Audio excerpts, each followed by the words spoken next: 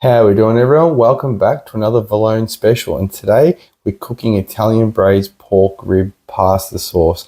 And not only is this recipe delicious, but it will impress anyone who chows down on it. So what you're going to need is 1 pack of pork back ribs, 1 large brown onion sliced, 2 garlic cloves, a handful of fresh basil, 600 grams passata, 2 tablespoons of tomato paste, salt, pepper, a bit of water, tablespoon of sugar, which is optional, Parmesan cheese, and your choice of pasta. So you want to slice up all your ingredients, separate your bones just like this. It's pretty, just be careful not to cut your fingers. Heat up a fry pan. I use a pot, bit of oil, throw in your onions. Now, if you're cooking this for the first time, you might want to brown your ribs first because it can be tricky not to burn the onions while doing this process, but because I cook this quite often, first of all, fry up my onions, get them nice and translucent. Then I pop in my pork ribs. I find that it tastes better this way, but if you're cooking it for the first time, I would not recommend doing it this way because there's a chance you'll burn it.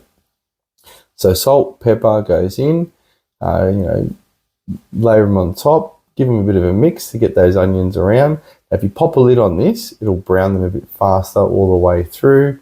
As you can see, it's getting better. Give it a mix, and this is what I talk about burning it because it'll stick to the pan.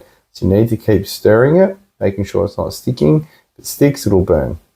Once that's done, 2 tablespoons, maybe a little bit more, of tomato paste. This helps your sauce to thicken up. So mix it around to coat. You want that red everywhere. And I've also shifted to a smaller burner at this stage, and I've got that on a low heat. So we're just getting that around so that it's all evenly coated.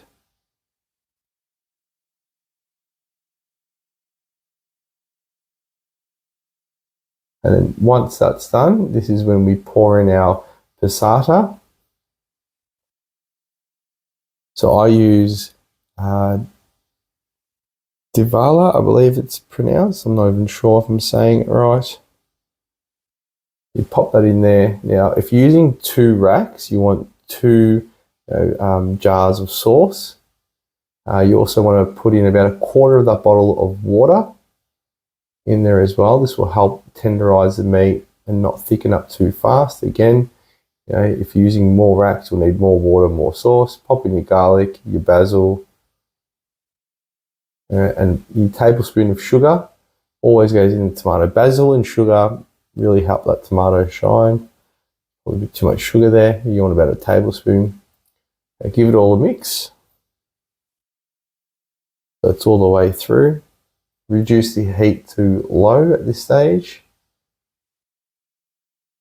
Now what you want to do here, just mix all those ingredients, and then you want to make sure that all the bones and all the meat is relatively covered under the sauce. Like the meat will start to shrivel up anyway as you cook it. But as best you can, make sure it's all covered by the sauce. And once you've got it all covered, pop the lid on the pot. Now you want to simmer this for about anywhere between 45 minutes to 2 hours. The longer you leave it, the better it will taste, the more tender the sauce will be. And once it's done,